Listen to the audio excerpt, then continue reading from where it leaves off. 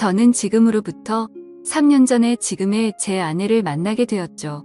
제게는 너무 과분할 정도로 예쁘고 어린 여자친구가 생겨서 행복할 따름이었죠. 그래서 그랬는지 연애를 하면서 사소한 문제들에 대해서 너무 쉽게 지나치기도 했던 것 같습니다.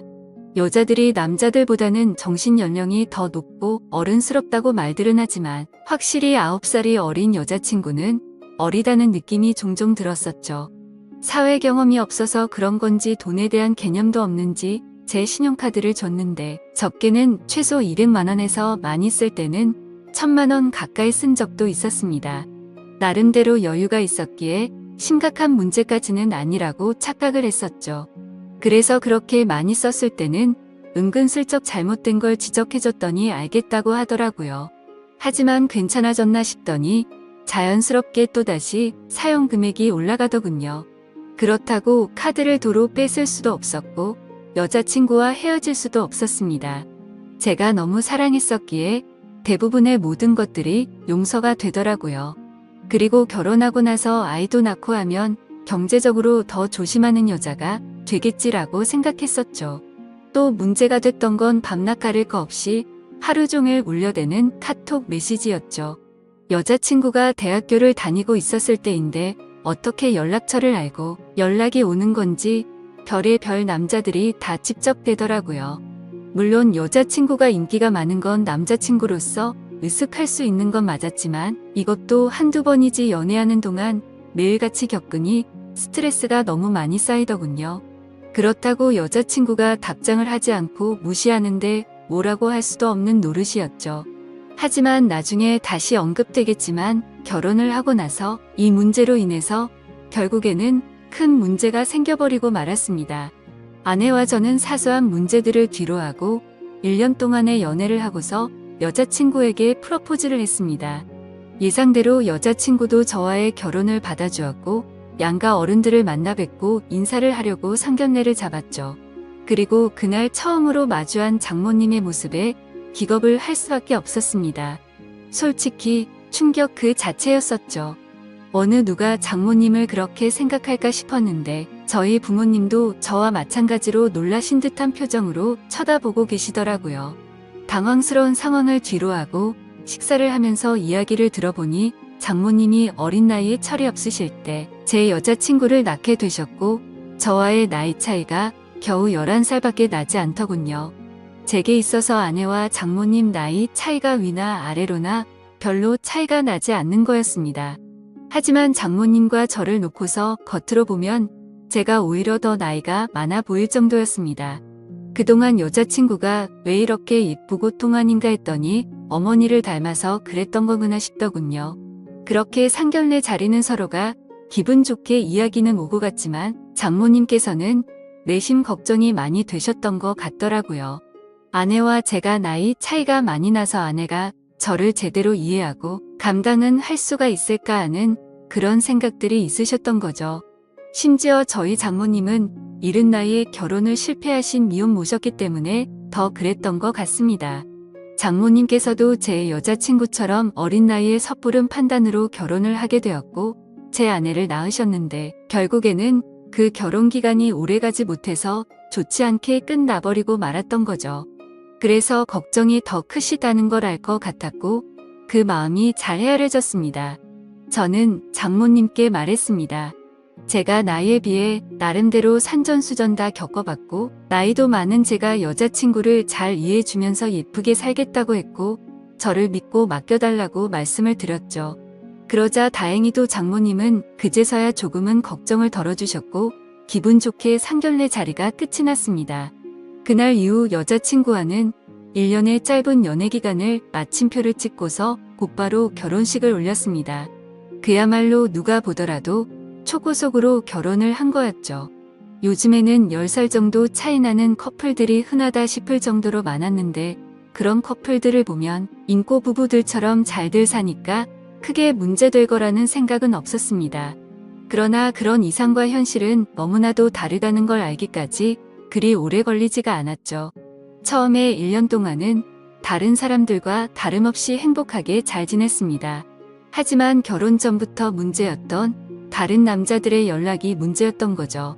함께 지내다 보니 잠이 막 들려고 하다가도 새벽에 울리는 휴대폰 소리에 깨는 경우가 생기다 보니 짜증이 났습니다.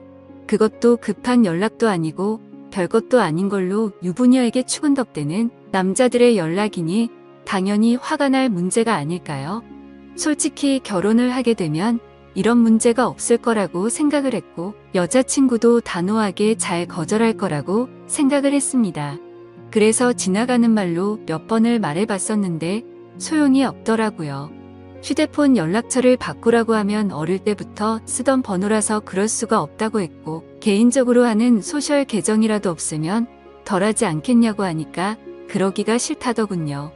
왜 가정주부가 그런 것까지 굳이 하려고 하는 건지 물어보니 어린 나이에 시집와서 이런 거라도 안 하면 우울증이 올 것 같다더라고요. 아내의 그 말이 너무나도 황당했습니다. 결혼 전에는 또래 친구들이랑 놀기 싫고 빨리 결혼해서 화목한 가정을 이루고 싶다더니 말이죠. 심지어 정말 다른 사람들과 비교했을 때 부족할 거 전혀 없게 다 해줬다고 생각했는데 너무 큰 배신감이 들었습니다.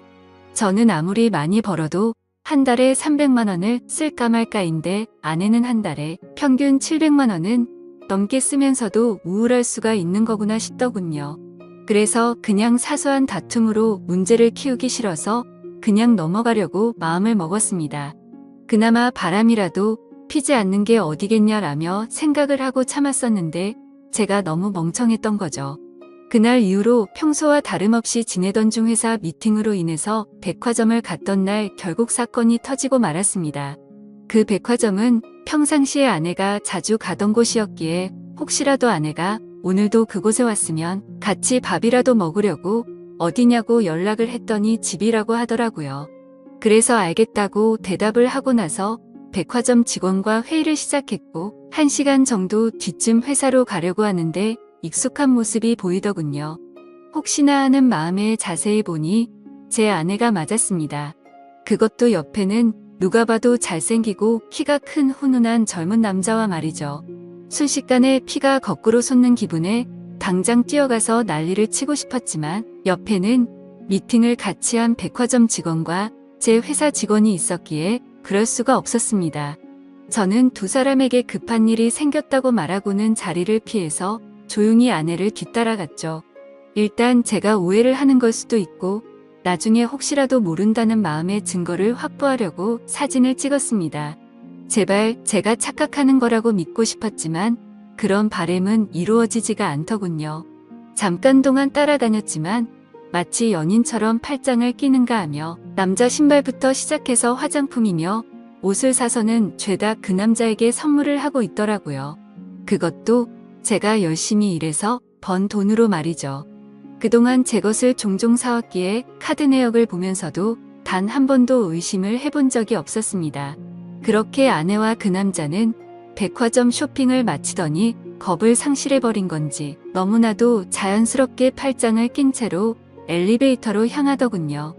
솔직히 그때 많은 고민을 했습니다. 분노가 머리 끝까지 치밀어 올라서 당장 달려가서 난리를 칠까도 생각했지만 이혼을 해야겠다라는 생각이 들었기에 억지로 참으면서 따라갔습니다. 다행인지 아닌 건지는 참 모르겠지만 그 둘은 다른 연인들처럼 데이트를 하는 것 같더니 밥을 먹고서 각자 헤어지더군요. 아내가 집으로 들어가는 걸 확인하고 나서 차에 앉아서 한참 동안을 고민했습니다. 증거가 충분하지 않은 마당에 지금 모든 걸 밝혀버릴지 아니면 무조건 이혼한다는 생각으로 확실한 증거를 수집할지 말이죠. 그런데 그런 증거를 수집하는 걸 상상만 해도 정신이 나갈 것 같더라고요. 결국 도저히 이대로는 참을 수가 없어서 곧바로 집으로 들어가서 아내를 불렀습니다. 무표정으로 차분한 목소리로 부르는 게 이상하다는 걸 눈치챘는지 아내는 제 눈치를 살피더군요. 그래서 저는 지금부터 내가 하는 이야기에 거짓말을 조금이라도 한다면 우리 사이는 끝이라고 못을 박았습니다. 그리고 나서 아침에 찍었던 사진들을 보여주면서 이 남자 누구냐고 물어봤죠. 그러자 아내는 정말 미안하답니다. 그런데 생각하는 그런 오해할 짓은 절대로 하지 않았다고 하더군요. 그동안 아내는 집에서 가정주부로 살면 마냥 행복할 줄만 알았답니다. 그런데 집에서만 지내다 보니 너무 우울증이 심해졌고 그러다가 메시지를 주던 한 남자와 이야기를 했답니다. 결국 그러다 호감이 가서 연락을 주고 받았지만 오늘 만난 게 두 번째였고 그 남자와 아무런 일도 없었다고 하더라고요. 솔직히 그 말이 믿고는 싶었지만 바보같이 온전히 다 믿을 수가 없어서 말했습니다. 너는 겨우 두 번 만난 사람한테 저런 명품들은 선물하냐고 물어봤죠. 그러자 아내는 자신이 너무 돈에 대해서 별 다른 생각이 없었던 것 같았다고 하더군요. 그냥 아무런 생각도 없이 선물을 해준 건데 지금 생각해보니 제정신이 아니었던 것 같답니다. 저는 그래서 단호하게 무표정으로 대답을 했죠. 이미 우리는 신뢰가 깨져서 예전처럼 믿고 지낼 수가 없을 것 같다고 말했고 이혼하자고 했습니다. 그제서야 아내는 상황의 심각성을 깨달았는지 울면서 말했죠. 거짓말 없이 전부 솔직하게 말했는데 왜 그러는 거냐며 두 번 다시는 이런 일 없을 테니까 한 번만 용서해달라고 했고 제 바램대로 개인 소셜 계정도 지울 거고 연락처도 다 바꿔버린다고 하더군요. 그리고 카드도 사용하면 오해할 일 없게 카드 내역 전부 보라고 하면서 울더라고요. 솔직히 너무 많이 사랑했었기 때문에 이혼을 한 번도 생각조차 못 해본 터라 저도 너무 당황스러웠습니다. 그래서 어떻게 하는 게 맞을지 한참을 고민하다가 아내의 눈물에 마음이 약해져서 결국 용서를 해주게 되었죠. 그래도 그날부터는 많은 부분들이 달라지기 시작했습니다. 아내는 약속했듯이 번호도 바꾸고 소셜 계정도 지워버렸고 지나친 카드 사용도 줄어들었죠. 그리고 우울한 마음을 없애고 요리를 배울 거라며 장모님 댁을 자주 왕래하더라고요. 하지만 그런 모습에도 불구하고 제 깊숙이 자리 잡은 의심은 절대로 사라지지가 않았습니다. 아내의 말대로 장모님 댁을 가는 게 맞는지 몰래 따라가 본 것도 수차례였으니 말이죠. 아무튼 그렇게 겉으로는 아무렇지 않은 척 생활을 하던 중 아내는 임신을 하게 되었습니다. 그 소식을 듣고부터는 아내에 대한 의심도 많이 줄어들었던 것 같고 예전처럼 아낌없이 잘 대해줬죠. 그리고 날이 갈수록 평소에도 장모님을 잘 따르던 아내는 신체적인 변화들이 생겨나자 그 이전보다도 더욱 많이 장모님을 찾았고 아내가 장모님 댁을 가는 횟수보다도 장모님께서 저희 집으로 찾아오시는 경우가 더 잦아지셨습니다. 저희 집과 장모님 댁은 대중교통을 이용하게 되면 비교적으로 가까운 거리여서 장모님은 이른 아침에 저희 집으로 찾아오셔서 제 저녁까지 챙겨주셨습니다. 뭔가 기분이 참 묘하더라고요. 무슨 미모의 여배우가 와서 밥을 차려주는 기분인데 장모님은 음식 솜씨도 너무 훌륭하셨죠. 저는 그렇게까지 해주시는 장모님을 보면서 늘 감사했습니다. 그렇게 하루하루를 지내다 보니 아내가 임신 8개월이 넘었을 때부터 우리 부부는 갑자기 싸움이 잦아졌습니다. 제가 아내를 예전처럼 잘 대해줘서 그런 건지 아내의 본성이 다시 나오는 건가 싶은 그런 기분이었죠. 아무튼 저희 회사는 IT 업종이라 일의 특성상 야근이 많은 환경이었기에 늦게 들어가는 날이 많았습니다. 그럴 때면 아내는 제게 온갖 짜증을 내면서 화를 내더라고요. 어떻게 임신한 자신을 두고 매번 이렇게 늦게 들어오냐고 말이죠. 심지어 혹시 자신을 이렇게 만들어 놓고 다른 데 가서 딴 여자랑 놀아나는 거 아니냐고 하더라고요. 아내는 그새 본인이 했던 일을 까맣게 잊어버린 건가 싶더군요. 적반하장도 유분수지 누가 누굴 의심해야 하는 건지 참 황당하고 어이가 없었습니다. 솔직히 그때까지만 해도 정말 하늘의 맹세코 절대로 한눈을 판 적이 없었거든요. 그리고 사장이라는 자리에 있기 때문에 가끔은 사기 진작을 위해서라도 직원들과 회식을 해야 하는데도 불구하고 사회생활을 안 해본 티를 내는 건지 아내는 그런 상황들을 절대로 이해해주지 않더라고요. 그냥 회사 일부터 시작해서 집안일까지 일부러 시비를 거는 거 아닌가 하는 생각까지 들었습니다. 아이를 갖기 전까지만 해도 제가 사장이니까 직원들에게 이렇게 해줘야 한다, 저렇게 해줘야 한다라며 제게 많이 내조를 해줬었던 아내인데 갑자기 이렇게 달라지고 이제는 직원들 챙길 시간이 어디 있냐며 되려 성질부터 내는 겁니다. 그런 모습들로 인해 저도 마음이 많이 지쳤고 제 나름대로 힘들어서 술로 스트레스를 풀어가면서 지내왔습니다. 그리고 그렇게 힘들어하는 모습들을 장모님이 가장 가까이에서 지켜보고 계셨었죠. 그러던 어느 날 제가 퇴근하고 집으로 돌아오자 장모님께서는 피곤하지 않으면 집까지 데려다 줄 수 없겠냐고 하시면서 조심스레 말씀을 건네시는 겁니다. 동시에 제 아내에게 박서방을 데리고 가서 집에 무거운 물건들 위치를 좀 바꾼다며 저녁 먹이고서 집으로 돌려보내겠다고 하시더군요. 아내는 알겠다면서 집에 올 때 아이스크림을 사오라고 해서 저는 아내에게 알겠다고 대답을 하고서 집 밖으로 나섰습니다. 그렇게 장모님 댁으로 가는 도중에 이런저런 다양한 이야기들을 많이 했습니다.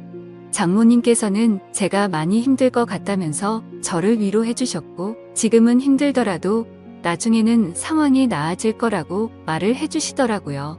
저는 저를 위로해 주시는 장모님에게 고마운 마음이 들었고 평상시에도 장모님께서 미혼모였다는 사실을 알게 된 후부터 아내를 곱고 바르게 잘 키우셨다는 생각에 존경스러웠습니다. 그래서 아무 생각 없이 그런 모습이 존경스럽다고 말씀을 드렸는데 당황스럽게도 장모님께서는 갑자기 왈칵 눈물을 흘리시더라고요. 그러시면서 왜 미혼모가 되었는지에 대한 이야기들을 해주시고 왜 혼자서 딸을 키워왔는지 그런 많은 이야기들을 해주시더라고요. 저는 그런 장모님을 보면서 어린 나이 때부터 마음고생이 심하셨겠구나 생각도 들었고 장모님이 이제는 제게 마음을 많이 열어주셨구나 라는 생각을 하였습니다. 그리고 그런 이야기를 듣고 있자니 저도 덩달아 마음이 아팠고 아직도 여자같이 여린 장모님을 보면서 묘한 감정이 생겨나더라고요. 그렇게 그날은 장모님 댁으로 가서 식탁과 TV 선반대를 옮겨드렸고 비빔국수를 얻어 먹고서 집으로 돌아왔습니다. 하지만 그날 이후로 장모님과 저와의 사이에서 문제가 생겨났습니다.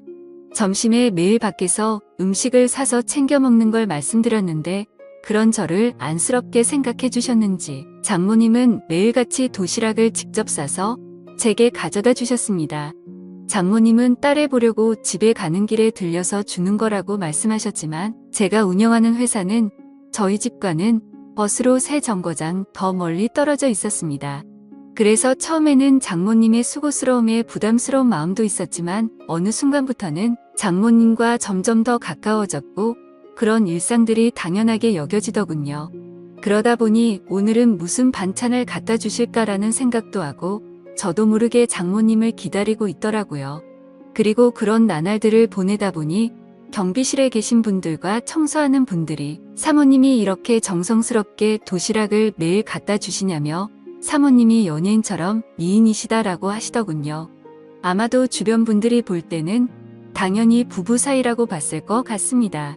장모님의 외모는 너무 동안에다가 저와 나이 차이도 많지 않았고 미모도 연예인처럼 훌륭하셨으니까요.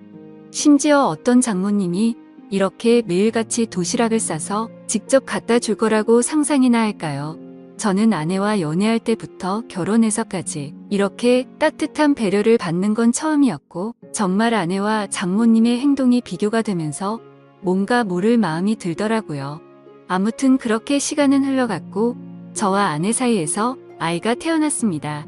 하지만 믿음이 깨지지 않을 거라고 수천 번을 생각했지만 그때부터 또다시 의심이 커져갔죠. 누가 보더라도 아이의 생김새가 아내도 닮지 않았고 저와도 너무나도 달랐기 때문입니다. 물론 조금 더 커봐야 알 수 있다고는 하지만 의심보다는 확실한 게 좋다고 생각을 했고 저는 조용히 유전자 검사를 의뢰하게 되었죠. 그렇게 아내는 아무것도 모른 채 아이를 낳고 산후조리원에 있었고 그동안 저는 혼자서 집에 있어야 했습니다. 아내의 몸이 약한 편이라 남들보다 더 길게 해서 3주 동안 그곳에서 지내기로 했고 그러면 그 오랫동안 제가 밥도 제대로 못 챙겨 먹겠고 살림도 제대로 안 되겠다며 장모님과 아내가 말하더군요. 그렇게 여차저차 아내가 퇴원하고 집으로 돌아올 때까지 당분간은 장모님께서 저희 집에서 생활을 하시기로 했습니다. 유전자 검사 결과가 나오기까지 비밀로 하기 위해서 평상시와 다름없이 행동했습니다. 첫째 날에는 산후조리원에서 밤 늦게까지 있다가 집으로 돌아와서 별 다른 일이 벌어지지 않았는데 둘째 날에는 결국 일어나서는 안 될 일이 벌어지고야 말았습니다. 그날은 첫째 날보다 일찍 집으로 들어갔는데 장모님이 민소매에 굉장히 짧은 반바지에 편한 차림으로 청소를 하고 계시는 겁니다. 그 모습을 보는 순간 저는 정말 깜짝 놀라버렸습니다. 사실 말이 장모님이지 40대 초중반의 장모님은 밖에서 보면 어느 남자들이나 뒤돌아 볼 만큼 미모가 훌륭했고 관리를 잘하셔서 20대 못지않은 몸매셨죠. 장모님이 아니라 다른 여자였다면 이렇게 놀라지도 않고 아마도 계속 몰래 쳐다보았을 정도입니다. 하지만 장모님의 그런 광경을 보기에는 너무 부담스러웠고, 그렇다고 또 장모님을 보고 옷 좀 단정하게 입어주시면 안 되겠습니까? 라고 하기에는 너무 버릇이 없던 거였죠. 결국 저는 조심스럽게 놀란 마음을 진정시키고 눈을 돌린 채 얼른 제 방으로 들어갔습니다. 그렇게 장모님은 집 여기저기를 한참 청소를 하시더니 저녁 식사를 차릴 테니 얼른 씻고 나와서 식사를 하라고 하시더군요. 그렇게 저는 샤워를 하러 들어갔고 장모님과 단둘이 집에 있는데 이렇게 샤워를 하고 있자니 뭔가 기분이 묘하고 기분이 싱숭생숭하고 묘한 생각이 들기까지 하더라고요.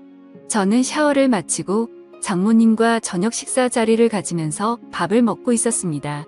장모님은 그동안 딸이 임신하고부터 아내가 그동안 저에게 했던 행동들에 대해서 이해해 주라면서 미안하다고 사과를 하시더라고요.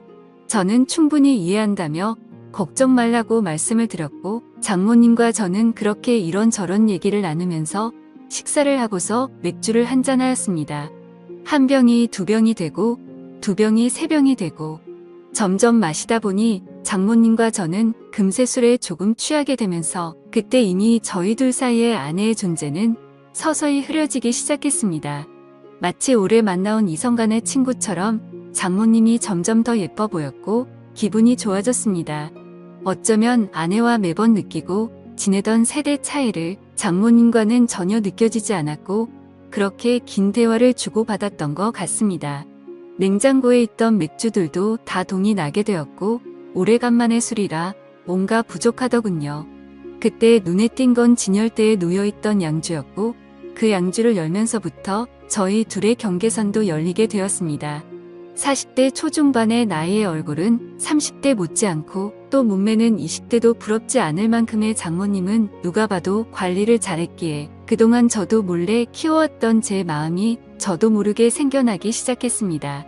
술에 잔뜩 취해버려서 식탁에 엎드려 자고 있는 장모님을 보고 있는데 정말 피부가 뽀얗고 잡티 하나 없이 너무 예뻐 보였습니다. 그래서 저도 모르게 아내가 아니라 장모님을 만났으면 어땠을까요? 라고 했고 잠들어 있는 장모님을 앞에 두고 모든 사실을 터놓고 하소연을 했죠. 결혼 후에 아내에게 있었던 일에 대해서 말을 했고 믿음이 없어졌다는 사실과 장모님의 행동들이 너무 설레어서 이제는 내 감정과 마음을 모르겠다는 말을 했습니다. 그리고 결정적으로 유전자 검사를 했다는 사실까지 말을 해버린 거죠. 그 말을 꺼내고 나서는 아차 싶어서 봤지만 아무런 미동조차 없는 장모님을 보면서 안심을 했고 더 이상 실수를 해서는 안 되겠다 싶어서 방으로 들어가서 잠을 잤습니다. 그리고 다음날 일어나서는 사위로서 해서는 안 되는 말과 유전자 검사를 했다고 말한 기억이 들면서 깜짝 놀랐습니다. 혹시나 하는 마음에 얼른 거실로 나가보니 장모님은 전날에 술을 너무 마셔서 기억이 없다면서 정리가 안 된 술자리를 정리하고 계시더군요. 저는 속으로 한숨을 내쉬며 한편으로는 다행이라고 안심하면서 어색하지 않은 티를 내려고 TV를 봤습니다. 그날은 아내 출산으로 인해 회사를 쉬고 있어서 집에 있었는데 점심때가 다 되어서 장모님은 아내에게 다녀온다며 집 밖으로 나가셨습니다. 그래서 저는 조금은 편안해진 마음으로 조금 더 쉬고 있었습니다. 그날은 어제 있었던 일로 인해 아내에게 죄책감이 몸 둘바를 몰라서 차마 얼굴을 보러 갈 수가 없겠더군요. 그렇게 저는 반성을 하면서 집에서 있었고 시간은 자정이 다 되어갔습니다. 아무래도 장모님께서는 아내와 같이 있으려나 보다 하고서 잠자리에 들려고 방에서 누워있는데 문 여는 소리가 들리더니 장모님이 자정이 조금 넘어서 집으로 들어오시더군요. 어딜 가서 술을 드신 건지 취하셔서 술 냄새가 진동을 하더라고요. 저는 술에 취한 장모님께 인사를 드렸고 장모님은 스스로 방으로 들어가서 누우셨습니다. 그렇게 잠에 드시는 걸 확인하고 저도 제 방으로 들어와 잠을 자려고 돌아서는데 갑자기 장모님이 저에게 어제 자신에게 했던 말에 대해서 할 말이 없냐고 하시더군요. 내가 어제 잠든지 알았냐며 어떻게 내게 그런 말을 할 수가 있냐고 하더라고요. 저는 정말 깜짝 놀랬고 혹시라도 아내에게까지 이 얘기를 하신 건 아닐까 너무나도 놀랬습니다. 곧장 저는 장모님에게 다가가서 무릎을 꿇고 빌었습니다. 그리고 솔직하게 말했습니다. 그동안 아내에게 받아온 내조와 다르게 장모님이 해주시던 배려가 너무 좋았다고 했죠. 그리고 사람 감정이라는 게 제 마음대로 되는 것도 아니고 그저 술에 취해서 헛소리를 한 거라고 말했습니다. 더 이상 감정 키워나가는 일 없을 테니 걱정 말라고요.